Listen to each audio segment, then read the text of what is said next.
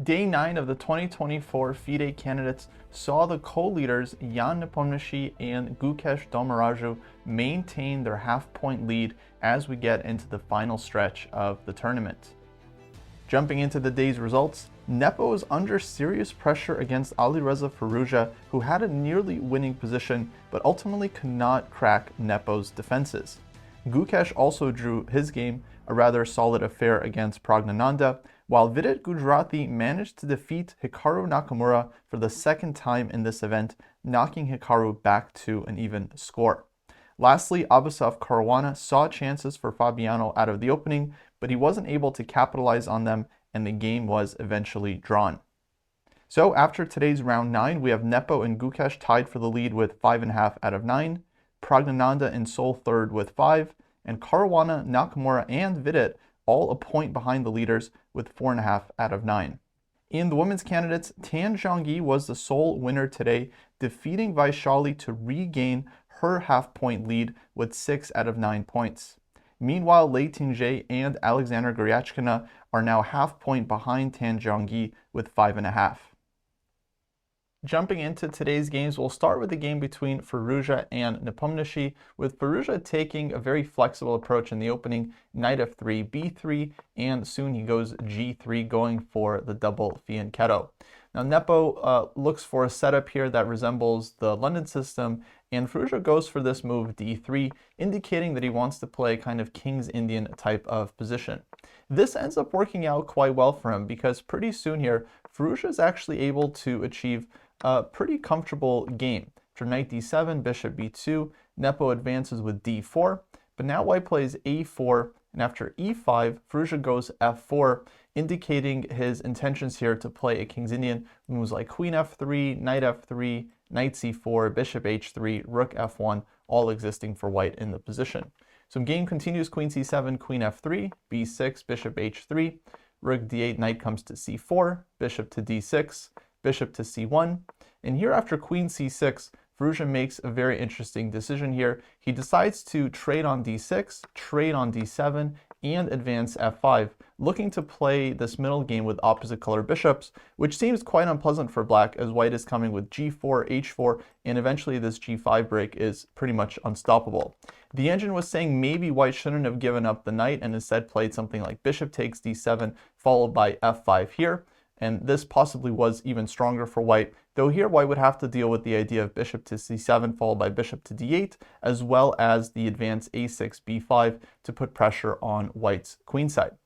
Nevertheless, Firouzja's chances still looked quite good here after the trades. He pushes g4.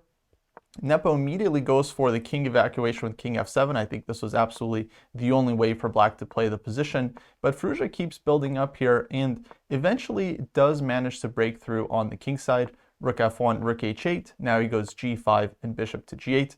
This was an interesting moment. Perhaps it would have been better for white to simply lock black's pieces in with g6. The bishop on g8 can't move, rook on h8 is stuck. But here it wouldn't be clear whether white could actually break through on the queen side, as you can play c3, but it's hard to exactly imagine what happens after that. Maybe black takes on c3, bishop to c3, and white should have a big advantage here, but will still have to organize some kind of breakthrough in order to win this one. Firouzja's choice was also interesting. He trades on h6 and plays h5, and his idea is to go rook to g2 and plant his rook on g6. Nepo is basically forced to accept this exchange, and white has tons of compensation here, but it's not clear if he actually had a way to break through in this position. Nepo finds a very nice defensive setup here with rook e8, rook to e6. Firouzja puts the bishop on h4, but after rook f8, queen g4, queen e7, king h2, king d6, black is ready to put the queen on g7, and at this point it seems like white no longer had any ways of breaking through here. He's never losing because black can't really create any counterplay of their own, but white didn't really have a clear plan to break through black's position, and actually in just a couple moves here after rook f1, rook d6, Nepo offered a draw, which was then accepted by Firouzja. Going on to the other game of the leader Gukesh, here he was white against Nanda, who plays a classical Ruy Lopez with knight f6, early d3, bishop c5, and here Gukesh decides to trade on c6, play c3, and we get this kind of Berlin structure. For the most part, black didn't have many issues in this game. After some natural moves from both sides, we see knight c4, b6. Gukesh makes this trade on d6, and we get a middle game here with opposite color bishops. I definitely think white has at least a small advantage here. You could try for ideas like rook e1 and d4, but for the most part, Prague had this one under control. Bishop a6, queen to c2, and eventually white pushes f4 here and starts to make some headway on the king side. But black is very solid with this knight on e5, and Nanda is able to create some serious counterplay on the queen side here and at least open up some lines, not make it super obvious for white on the king side. Gukesh continues to build up here, but eventually we get trades on b3, trades on c4, bishop drops back to b7, and black starts organizing counterplay on the queen side. The idea is like queen a7 and then infiltrating with the rook. So knight e3, queen a7 was the game, rook b2, rook d8, and the evaluation here basically stayed equal throughout. After knight d5, some pieces start getting traded off here. f6 is played, rook b3, knight e5, and at this point, black has basically solved all his issues. Prague decides to take on d5 here and play queen e7, which is absolutely fine. And after rook b7, rook d7, and rook b8 check, a draw was agreed here, as again, neither side has an edge, and it's very, very equal, and a draw is, of course, the most likely result. Next, we have the game between Vidit and Nakamura, and similar to what we saw in Vidit's white game against Gukesh yesterday, he had this quite difficult loss. Naka decides to go for an early h6 here. In the Gukesh game, he started with a6, but the intentions are pretty similar. In this one, Vidit goes for c3 and castles, and now Naka plays g5. This has been one of the more aggressive ways that black can handle this position coming from the Italian game, and we get a very rich, almost King's Indian type of structure, where black has definitely weakened the king side a bit, but does have space and potential counterplay in the future. Now, coming out of the opening here, this position was rather balanced, both sides making a ton of improving moves. Queen c2, b6, bishop a2, and at this point Naka starts to initiate complications with the move knight h5. He had other options here as well, for example g4, as well as just continuing to sit on the position. But with knight h5, he's of course indicating he wants to play knight f4, look for possible sacrifices on h3, and start playing on the king side. But this allows Vidit to play knight to e3. We see a trade on a2, rook takes a2, and now knight e7 covering the f5 square, and here Vidit goes d4. And at this point the game gets very, very complicated. Naka goes for ed4 followed by d5, looking to challenge white's grip on the light squares in the center.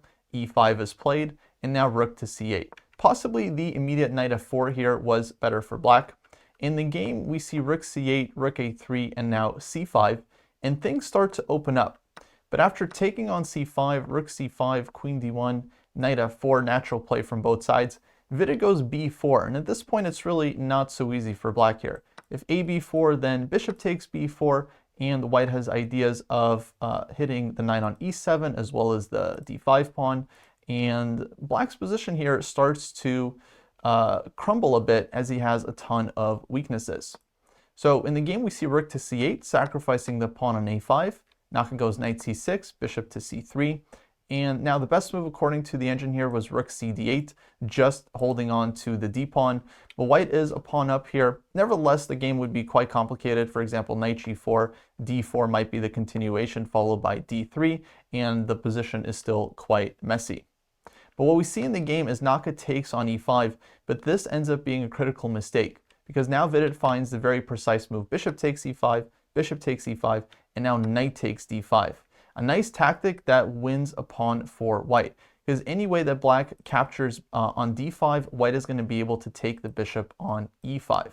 So if queen takes d5, for example, white will trade queens, then take with the rook on e5, and just have a very healthy extra pawn in this endgame, with white's rook already well placed behind the a-pawn, and white definitely having very good winning chances here.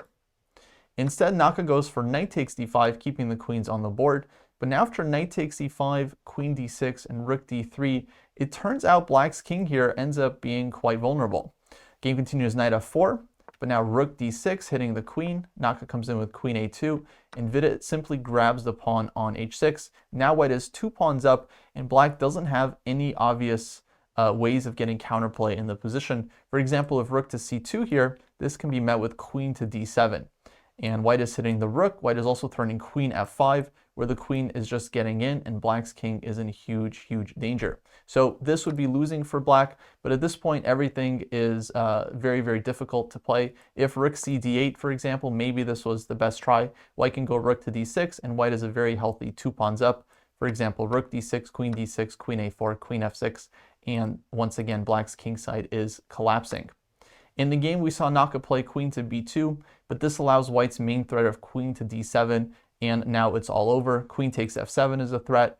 If rook f8, among other moves, white has queen to f5. White can also take on f7 here because the rook on c8 is hanging, and black is just busted. After queen d7, Naka tried queen to b3, defending f7, but queen f5 anyway, and now there's just too many threats in the position. Queen takes g5, queen h7, and so on. The game concluded here after knight g6, simple move rook takes g6, and Naka resigned here because if fg, queen takes g6, check, king has to go to h8, white can pick up this g-pawn with check, and he just has a completely winning position here. Material advantage, and black's king is soon going to get mated with a quick rook lift. So yeah, definitely the right time to resign. So with this win, FIDE is able to get back to even himself, and he knocks Naka back to an even score as well. Finally, we have the game between Basov and Carana, who suffered a difficult loss at the hands of Nakamura yesterday. In this one, FIDE chooses this early bishop b4 line, resembling the Rogozin system. White goes for an early a3. And pretty quickly here, we get an imbalanced middle game with white having the 2 bishops, but less development and weak c-pawns. After castles bishop d3, FIDE plays the move e5, which is quite a sharp choice, but this one works out tactically. After takes on c4, black trades queens and goes knight to g4, winning back one of the pawns. Now white did have an interesting option here with f4, sacrificing the rook on h1, and then the intention is to go knight f3, followed by bishop a3, eventually win this knight, and then white would be down the exchange, but with lots of compensation. This leads to, I would say, super unclear position. Instead, we see the more natural king to e1, but now after knight takes e5 and rook to d8, black is essentially a bit better in this endgame as he has better development, the king is safer, white's king can't castle, and even though white has the 2 bishops, Carana is able to quickly force one of the bishops off with knight d3 check and rook takes d3.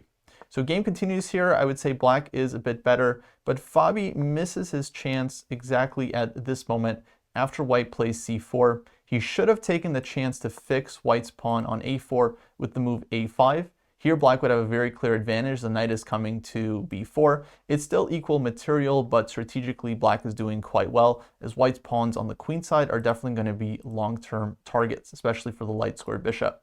But FIDE misses this chance. He goes knight to c6, and now after a5, white is essentially able to solve all his problems. He gets counterplay with rook to b1, and from here, black basically never really gets another chance in this game. Bishop f5, rook to b5. Now we get some complications with knight e5, but essentially white is under control here. Bishop takes e5, rook takes d2, king comes to f3. It does look a little bit scary for white with both the rooks coming down to the 7th rank, but Basov has this move bishop to g3, and everything is defended. In fact, white is a pawn up here, but black is going to win it back soon with rook takes a5. And at this point, there's not really much black can do to white's king. The king is surprisingly safe here on the f-file. The players maneuver around for a little bit here, but eventually everything does get traded off. Basov finds the plan of rook c6 and bishop d6 heading after the c5 pawn, and there's simply no way for black to really keep the game going. f6, bishop takes c4, rook takes c5, bishop hangs. Drop back to f7, but now bishop to f4, and white's rooks invade on the 7th rank. FIDE is forced to defend, and after rook d7, and rook c7, a draw was agreed as the second pair of rooks is coming off, and with the opposite color bishop endgame, black is essentially never winning this one. White can just blockade on the dark squares, and this is of course a dead draw. Moving on to the women's candidates, the key game here was undoubtedly Tanjong's win over Vaishali, which allowed her to regain the lead. This one started off as a c3 Sicilian, but quickly transposes into a French-like structure here. Now, for the most part, white's position was fine out of the opening, But Vaishali goes for this plan, starting with knight to g5 and queen to f3. That doesn't really pan out. Black simply develops here, queen to c7, putting pressure on the c-pawn, h4, knight c6, bishop a3, king g7, rook e1, h5, and essentially white doesn't really have any real threats on the king side. Now at this point, Vaishali should have played bishop takes d6, queen takes d6, and then knight to d2. Without trading, then there would have been tactics with knight takes d4 in the position. Here I think it's close to equal, and white definitely would have been very much in the game. But instead we see the move c4, which ends up being a pretty serious blunder. Now I think her idea was that with knight takes d4, there would be a bishop to b2. Apparently this is still good for black after bishop to b5, e5, but it does look quite messy.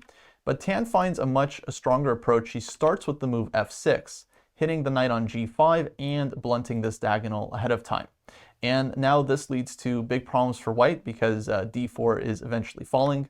She tried bishop d6, queen d6, and c5, but the queen simply drops back to c7, and d4 and g5 are both still under attack. Knight h3 was a continuation, but now knight takes d4, queen to e3, black takes on c2, white takes on e7, but simple move rook to f7 here, and this actually ended the game as the queen is under attack, white's rook on a1 is hanging, and if white trades queens with queen to c7, well then rook takes c7, and the knight on c2 is winning the game. Black is winning the exchange here, and after that it's just a completely winning endgame. Black is also going to be up a couple pawns with rook takes c5 coming next. So after rook f7, Vaishali resigned this one, and Tanjong was able to retake the lead in the tournament. So that takes us into tomorrow's round 10. We've got a number of critical matchups, but the main one being Nepo white against Gukesh, the two leaders facing off. Carana's white against Fuja, Nakamura white against Basov, and Nanda, who's just a half point behind the leaders. He's white against FIDE. It's going to be, I imagine, another very, very dramatic round, and hopefully I'll see you back here for the recap. Until then, take care.